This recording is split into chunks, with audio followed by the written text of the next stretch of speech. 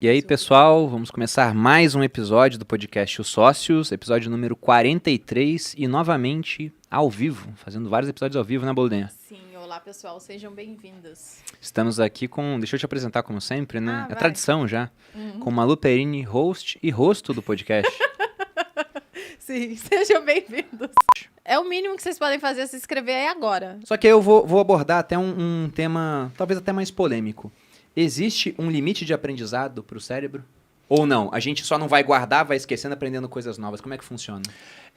Não existe limite para a quantidade de informação que a gente consegue armazenar. O que limita são os mecanismos envolvidos em formar a memória. Como eu falei, então são várias etapas que a gente tem que respeitar.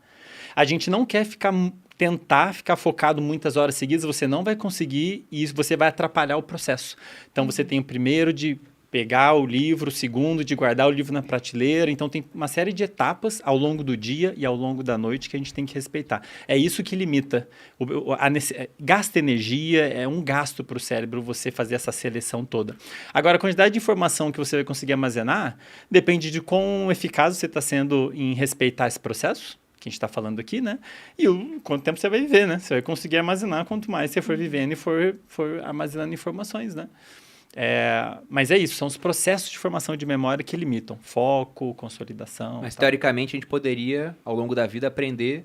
Não temos nenhuma evidência de que há um limite para a quantidade de informação que um cérebro consegue A armazenar. questão é que quanto menos você vai acessando aquela informação, né? Por exemplo, eu não me lembro de muita coisa, e vocês também imaginam, do que estudaram na escola, né? Seno, cosseno, função de matemática, né? Enfim, não usa exatamente. A gente não usa, então a gente vai esquecendo isso, né? A gente não vai acessando aquele conteúdo e aquilo vai ficando perdido ali.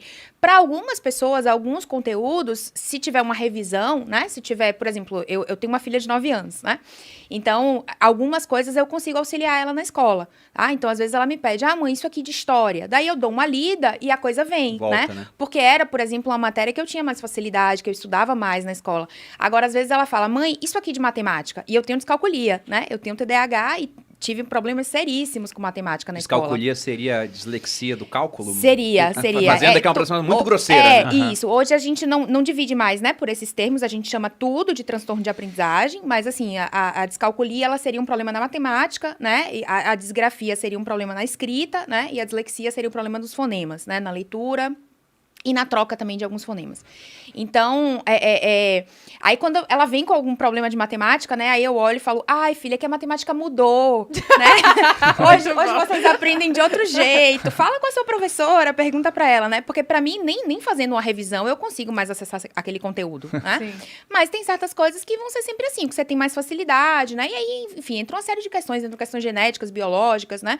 De uma facilidade, de uma afinidade com aqueles temas. Muita coisa, né? De uma motivação pra estudar aquilo, né? Que também a motivação é um grande fator, né, na questão do aprendizado. Eu acho que deve ter muito a ver mesmo com os processos, né? Provavelmente eu sempre achei que quando eu decorava o negócio, eu não aprendia. Eu decorei, é diferente, sim. né?